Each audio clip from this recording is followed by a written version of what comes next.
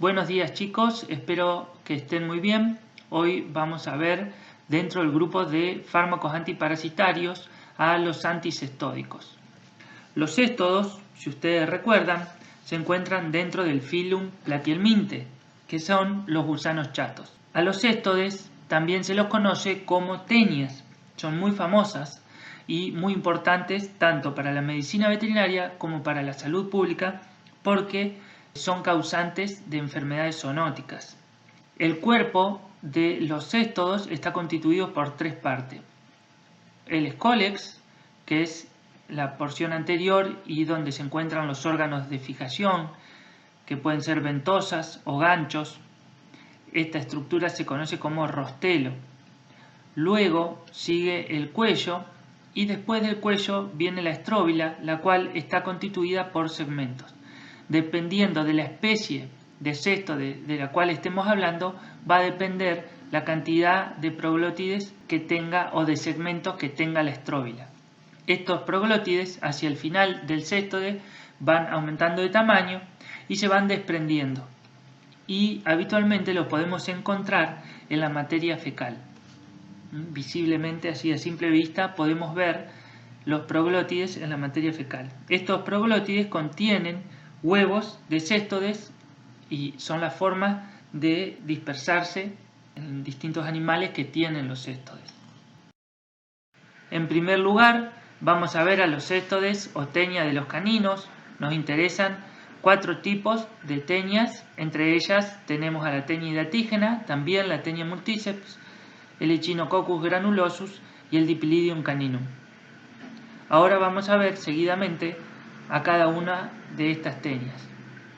Fíjense en esta foto la cara de asombro de los perros cuando miran el tipo de parásitos que podrían llegar a tener en su interior. El órgano de fijación de los céstodes, con sus ventosas y el rostelo armado con ganchos, nos puede dar incluso hasta un poco de miedo. El primero que vamos a ver es el Dipylidium caninum, también conocido como la tenia común del perro, el cual tiene como hospedador intermediario a larvas de piojos y pulgas y como hospedador del verme adulto a caninos y felinos. Se la denomina a esta enfermedad dipilidiasis y corresponde a lo que son parasitiasis gastrointestinales. Si bien ustedes no tienen que recordar el ciclo de vida de cada uno de estos parásitos, en esta clase los vamos a abordar de manera tal de mejorar la comprensión del tema de fármacos anticestódicos. En este caso tenemos al Dipylidium caninum, cuya forma adulta vive en el interior del intestino del perro. Luego algunos proglótides, segmentos de este parásito, son liberados por la materia fecal. Dentro de estos proglótides hay huevos que son típicos, poseen forma, características, y dentro de los mismos existe lo que se llama un embrión hexacanto o oncósfera. Este huevo es ingerido por larvas de pulgas, generalmente o piojos, las cuales luego evolucionan a su forma adulta y en el interior de la pulga existen también formas inmaduras de céstodos. Luego, cuando la pulga sube al animal y el animal se rasca, los puede ingerir. Y de esa manera, luego de que ingirió a la pulga o al piojo, se libera la forma inmadura del Dipylidium y de esa manera luego evoluciona a forma adulta. Y el ciclo continúa de la misma manera. Por lo tanto, esto nos da la pauta de que para combatir al Dipylidium caninum es muy importante también combatir a su hospedador intermediario, ya sean pulgas o piojos. Otro céstode muy importante de los caninos es el Echinococcus granulosus. Lo es porque tiene como hospedador intermediario a los herbívoros ovino, bovino, también afecta a porcinos y también afecta al hombre, generando una enfermedad en todas estas especies que se denomina hidatidosis. Es ocasionada por la forma larvaria de esta tenia. Es una afección sistémica tanto de animales como del hombre. El hospedador del verme adulto son los cánidos. la patología se denomina equinococosis, a diferencia de la zoonosis, que es hidatidosis. Esta equinococosis está caracterizada porque las tenias, que son muy pequeñas, se ven al microscopio, están en el aparato gastrointestinal. El ciclo de vida del Echinococcus granulosus tiene algunas características. Tiene como hospedador definitivo al perro, donde en su intestino se desarrolla la forma adulta del Echinococcus granulosus, que es esta que vemos aquí. Esta forma adulta libera huevos, los cuales salen con la materia fecal y pasan a contaminar generalmente los pastos. De esa manera pueden ser ingeridos por herbívoros, también porcinos, y también podrían ser ingeridos por el hombre. Dentro de los herbívoros o del hombre se libera una oncósfera, la cual va a atravesar el intestino y va a formar en el hígado o los pulmones u otros órganos el quiste hidatídico, dentro del cual se encuentran los escólices. Una vez que el herbívoro muere o es faenado, es una práctica habitual que se le dé de comer el hígado o los pulmones con quistes hidatídicos a los perros. De esa manera, el Echinococcus granulosus, en su forma larvaria, vuelve a ingresar al carnívoro, al perro. En el intestino forma el protoescólex, que luego va a dar lugar al escólex, se va a unir a la pared intestinal y finalmente va a formar la forma adulta del Echinococcus granulosus. Este es el ciclo de vida de este parásito. Ustedes no lo tienen que saber de memoria, pero sí tienen que tenerlo en cuenta, ya que es imprescindible saber qué tenemos que tratar cuando usamos anticestódicos, ya sea en el hospedador definitivo o en un hospedador intermediario. Otros céstodes de importancia en los caninos son las tenias. Así tenemos la tenia hidatígena, tenia ovis, tenia taeniformis y también la tenia multiceps. La tenia hidatígena, así como la tenia ovis y la tenia taeniformis, tienen como hospedador intermediario a los rumiantes y los porcinos, y en esto generan una patología que se conoce como cisticercosis. Es una afección sistémica y es ocasionada por la forma larvaria de estas tenias. Ahora las vamos a ver. El hospedador del verme adulto, como dijimos, son los caninos y genera una patología que se denomina teniasis. Es una afección gastrointestinal. Otra tenia importante de los caninos es la tenia multiceps, que tiene como hospedadores intermediarios a los rumiantes, equinos, porcinos y también al hombre. Es una zoonosis y genera una patología que se conoce como cenurosis y es producida por el Cenurus cerebralis. Es la forma larvaria de la tenia multiceps. El hospedador del verme adulto es el canino, también genera solamente una teniasis, que es una afección gastrointestinal. Brevemente vamos a ver en estas imágenes el ciclo de estas tenias. Por ejemplo, el ciclo de la tenia hidatígena, que se encuentra en el perro. Una vez que el verme adulto libera proglótides por la materia fecal, estos tienen muchos huevos. De esa manera los huevos pueden llegar a ser ingeridos por herbívoros que comen pastos contaminados. En el interior del herbívoro el huevo libera el embrión y este embrión va a migrar hacia tejidos como las serosas.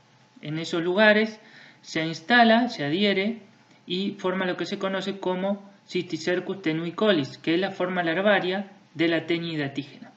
Este Cysticercus tenuicolis muchas veces pasa desapercibido y es solamente un hallazgo de necropsia. Distinto es el caso de la forma larvaria de la tenia multiceps, que se conoce como Cenurus cerebralis.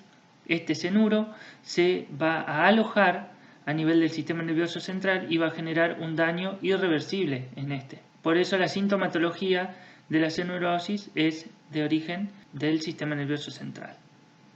Otros céstodes de interés son los céstodes que parasitan herbívoros. Tenemos a la Moniaceae expansa y Moniaceae benedeni, que tienen como hospedador intermediario a los ácaros oribátidos de la tierra y como hospedador de los vermes adultos a los rumiantes, y generan, cuando la infestación es muy grande, trastornos digestivos. Para el equino, que es el hospedador definitivo, tenemos al céstode Anaplocéfala magna y Anaplocéfala perfoliata, y también tienen como hospedador intermediario a los ácaros oribátidos de la tierra. Son ácaros que son muy comunes en la tierra. El ciclo de las moniesias es muy sencillo. Tenemos el verme adulto dentro de los rumiantes, pueden ser ovinos, caprinos o bovinos. Estos van a liberar proglótides que son ricos en cantidad de huevos, los cuales tienen un embrión hexacanto y esta forma poligonal que les había nombrado en un inicio, que es bastante característica de los huevos de céstodes, los cuales van a ser ingeridos por ácaros oribátidos de la tierra. Dentro de estos van a formar su forma larvaria o inmadura y finalmente van a volver a ser ingeridos estos ácaros por los herbívoros al comer pasto. De esa manera llegan las formas inmaduras de la moniesia al herbívoro y desarrollan nuevamente los vermes adultos. Las moniesias suelen ser vermes de mucha longitud, muy largos. El ciclo de vida de la anaplocéfala del cesto de los equinos es muy similar al de las moniesias. No voy a dar detalles de este. Aquí tenemos algunas fotos de la cantidad de anaplocéfalas que puede llegar a ver en el tracto gastrointestinal de un equino. Anaplocéfalas de los dos tipos, magna y perfoliata. Las aves también poseen céstodes, como podría ser Railletina, Hymenolepis, Amoebotaenia, Davainea. Estos son algunos de los céstodes de las aves. Como hospedadores intermediarios tienen también ácaros oribátidos de la tierra y otros tipos de artrópodos e incluso caracoles. El hospedador del verme adulto suelen ser las gallinas, pavos, patos, gansos, palomas y otras especies. No es necesario que ustedes conozcan el nombre de los céstodes de las aves. Los hombres también tienen céstodes, poseen a la Taenia saginata y la Taenia solium. En el hombre se desarrollan las formas adultas de estos parásitos, los cuales, una vez que están en el intestino, pueden liberar proglótides con huevos y estos ser ingeridos por porcinos o bovinos. La Taenia saginata en el bovino va a producir una enfermedad que se llama cisticercosis y la Taenia solium va a producir la misma enfermedad pero en el porcino. Una vez que el hombre ingiere carne contaminada con cisticercos, entonces va a volver a desarrollar la forma adulta en su intestino. De esa manera se cierra el ciclo.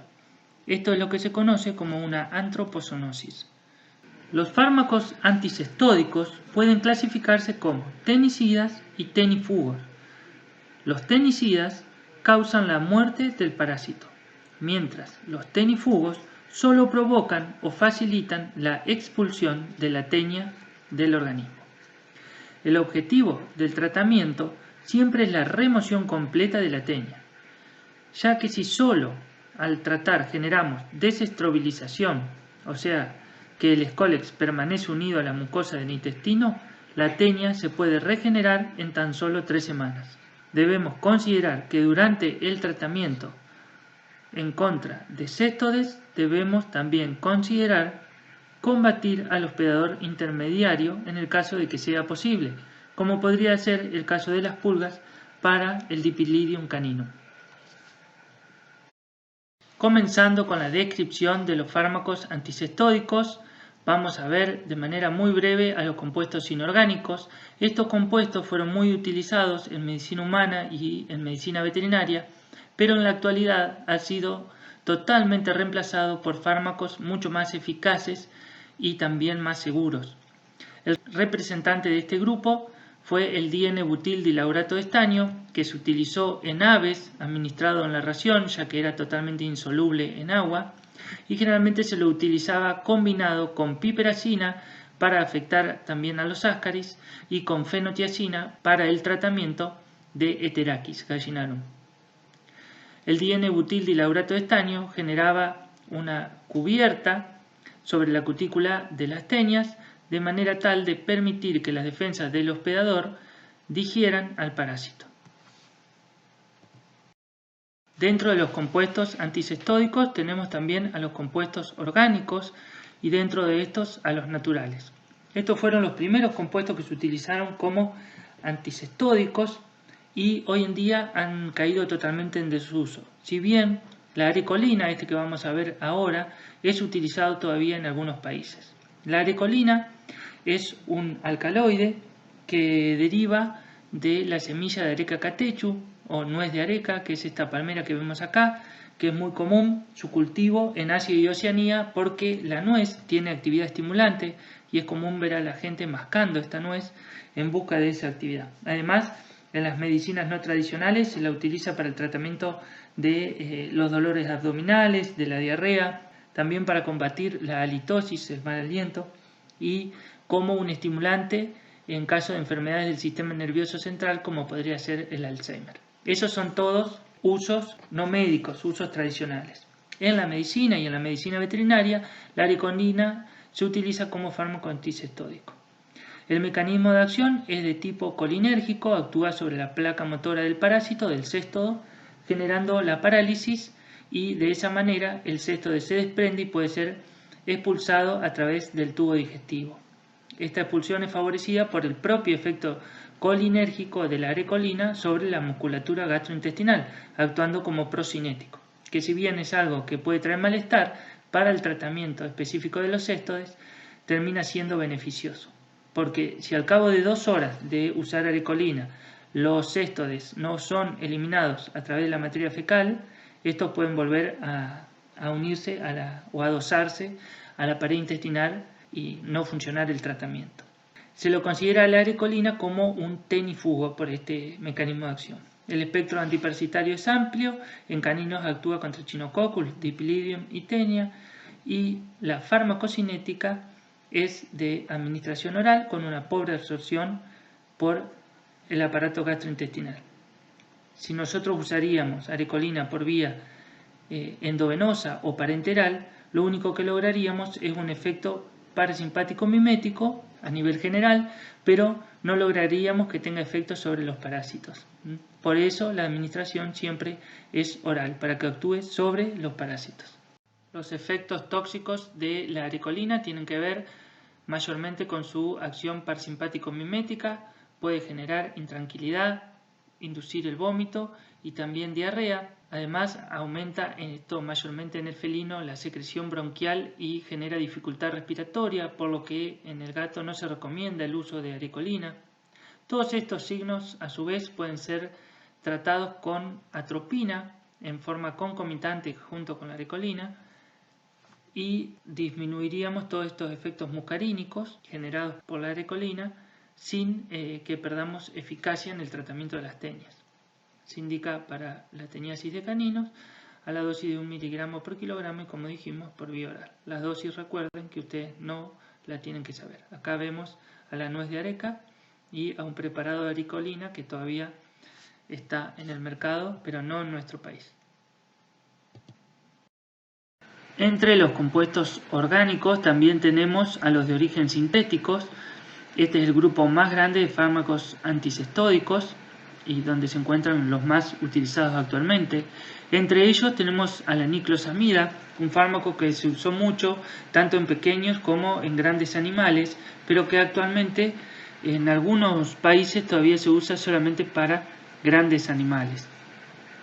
La niclosamida actúa a través de la inhibición de la absorción de glucosa por parte del parásito, lo que lleva a un desacople de la fosforilación oxidativa y del ciclo de Krebs, y esto priva al parásito de energía, genera un aumento de ácido láctico y es este aumento de ácido láctico el que provoca la muerte del parásito. A su vez, también se sabe que la niclosamida aumenta la actividad de la ATPasa mitocondrial, por lo tanto, esto genera que se prive aún más al parásito de la energía.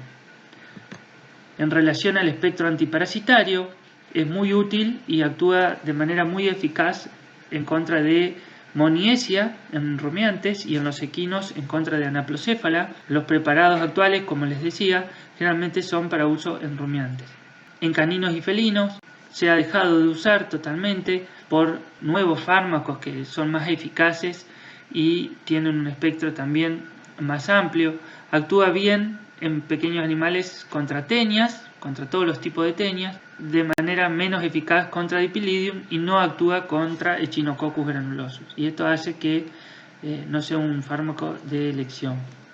La farmacocinética se absorbe muy poco por vía oral, por lo tanto puede actuar directamente sobre los parásitos en el tracto gastrointestinal. y a su vez esto determina también su poca toxicidad. Se la puede administrar también por vía intrarruminal u oral y la poca fracción que es absorbida se metaboliza a nivel hepático. La niclosamida es un fármaco muy poco tóxico que presenta un amplio margen de seguridad. En pruebas se observó que una dosis 40 veces superior a la terapéutica no generaba toxicidad en los individuos. Raramente se producen náuseas y vómitos en pequeños animales. Es una droga segura para ser utilizada en animales preñados y también en animales débiles. La escasa toxicidad se debe mayormente a que tiene muy poca absorción por vía gastrointestinal. Las indicaciones principales de la niclosamida es el tratamiento de la teniasis, de rumiantes, equinos y también pequeños animales. Las dosis, que si bien ustedes no las tienen que conocer, rondan entre los 50 mg por kilo para el bovino y los 200 mg por kilo para el equino. En todas las especies se administra en forma oral, vienen preparados en forma de comprimidos para pequeños animales y de pasta o un preparado para ser disuelto en agua para grandes animales. Continuando con el estudio de los antisestódicos, ahora vamos a ver al praziquantel, una droga que se comporta como tenicida, presenta amplio espectro, es una droga muy utilizada en pequeños animales, tanto en caninos como en felinos y también en equinos. Si bien presenta eficacia para el tratamiento de las teñas de los rumiantes y también de las aves, por una cuestión de costos principalmente, no se utiliza en estas especies. El praziquantel además es utilizado también en medicina humana. Si tenemos que hablar acerca del mecanismo de acción del praziquantel, podemos decir que induce el influjo desde el exterior hacia el interior del parásito de calcio a través de canales voltaje dependiente que son estimulados y también la liberación de calcio a partir de sitios de almacenamiento en el interior del parásito. Una vez que el calcio ingresa, ejerce dos efectos principales. Uno es la contracción tetánica y sostenida del parásito y otro es generar vacuolas a nivel del tegumento, las cuales al cabo de un tiempo estallan y exponen al parásito a la defensa del hospedador, exponen sus antígenos. Entonces, así llegan al parásito neutrófilos e eosinófilos que le provocan finalmente la muerte del parásito.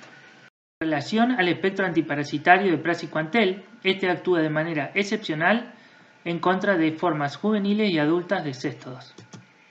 En los rumiantes actúa de manera eficiente en contra de moniesia y también lo hace sobre los quistes de teñas saginatas. Si recuerdan, los cisticercos que se encuentran en el músculo de los rumiantes.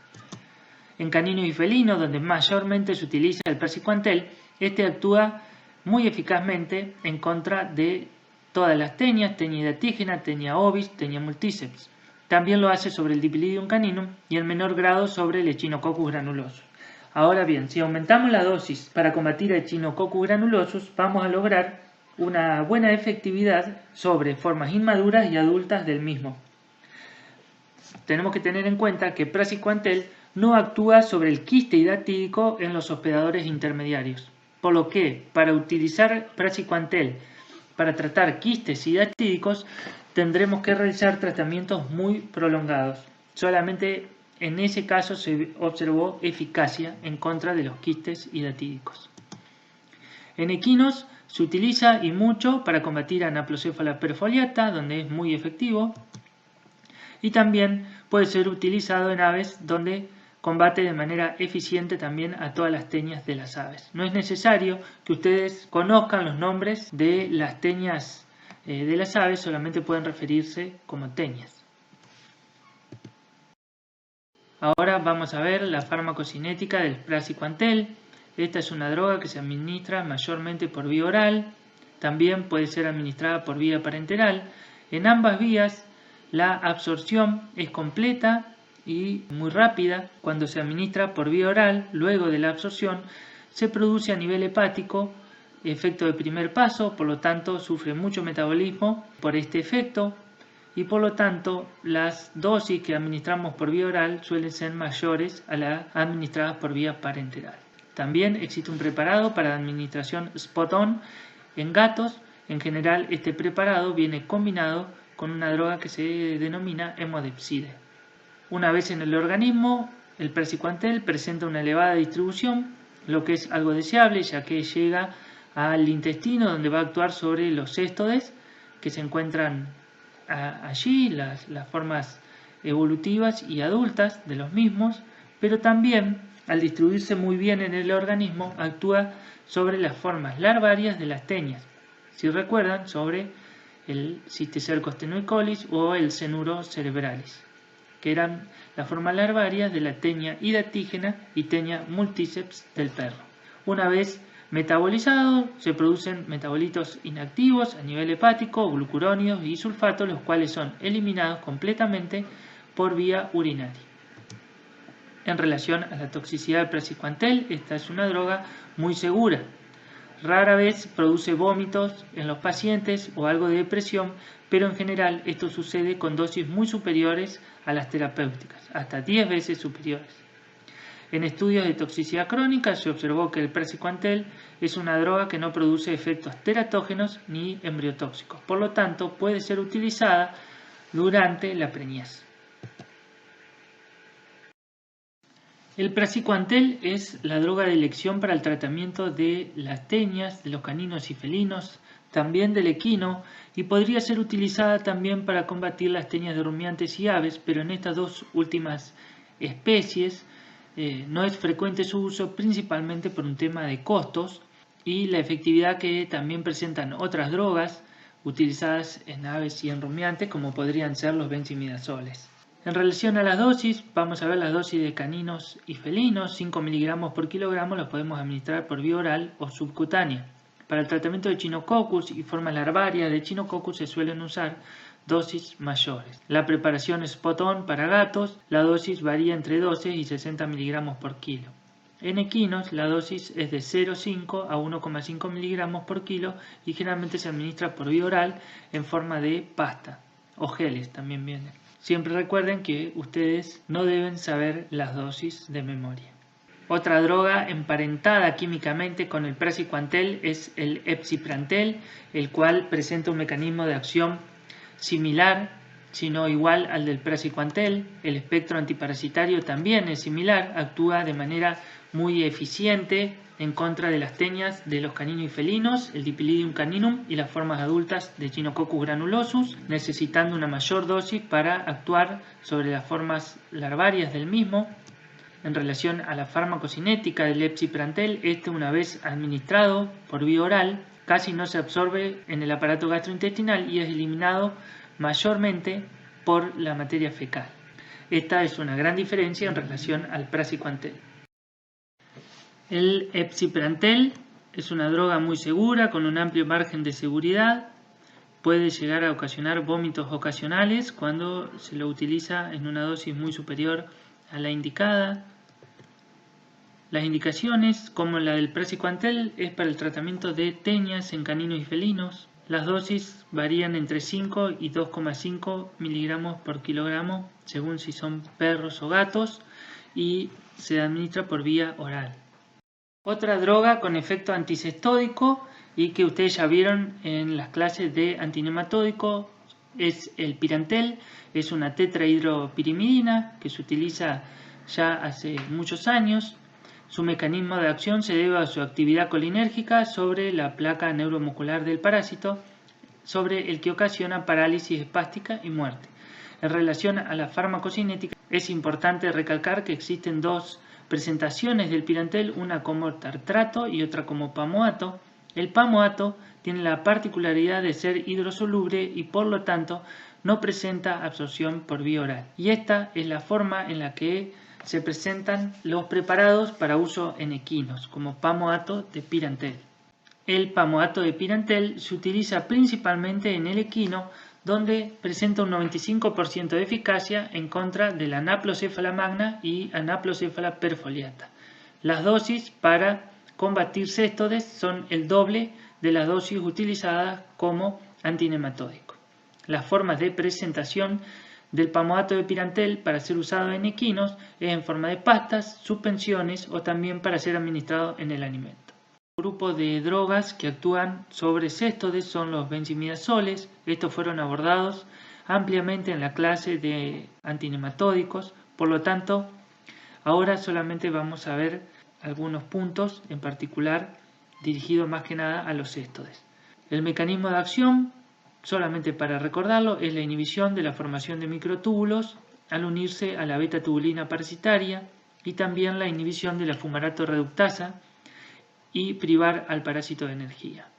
Dentro del espectro antiparasitario de los benzimidazoles, este está enfocado a actuar sobre nemátodes, pero también tiene acción sobre céstodes y tremátodes. La farmacocinética es compleja y fue ampliamente abordada en la clase de antinematódicos. Solamente recordar que se administran por vía oral o intrarruminal en forma de suspensión y que hay una presentación que es el albendazol sulfóxido que se administra de manera subcutánea.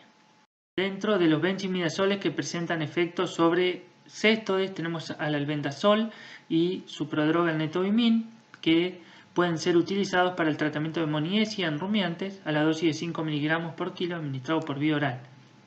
El principal benzimidazol con efecto anticestódico es el mebendazole, que se utiliza en caninos y felinos para el tratamiento de tenias y del Echinococcus granulosus, pero con la dificultad de que no actúa contra Dipylidium caninum. En rumiantes, el mebendazol puede ser utilizado para el tratamiento eficaz de moniesia y también, y de manera muy interesante, actúa retardando el crecimiento de los quistes hidatídicos en ovinos y porcinos. A su vez, el mebendazol es efectivo contra las formas larvarias de la tenia hidatígena y la tenia ovis en ovinos. Si recuerdan, son los denominados cisticercos. En el equino, el mebendazol puede ser utilizado para el tratamiento de Anaplocéfala magna hiperfoliata a la dosis de 20 mg por kilo administrado por vía oral. Otros benzimidazoles que actúan sobre céstodes son el febendazol y el oxfendazol. El febendazol puede ser utilizado en caninos y felinos para el tratamiento de tenias, de todos los tipos de tenias, y en el bovino para tratar los quistes de la tenia saginata del hombre, que es el Cysticercus bovis, que si recuerdan se encuentra en los músculos. Por su parte, el oxfendazole puede ser utilizado en rumiantes para el tratamiento de la moniesia.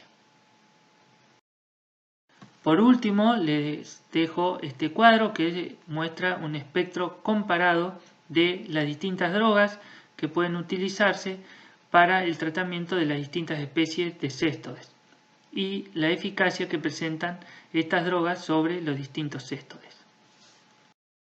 Con esto llegamos al final de esta clase. Les agradezco mucho por haber prestado atención y estamos en contacto por cualquier consulta. Pueden escribirme al email o a través del entorno virtual.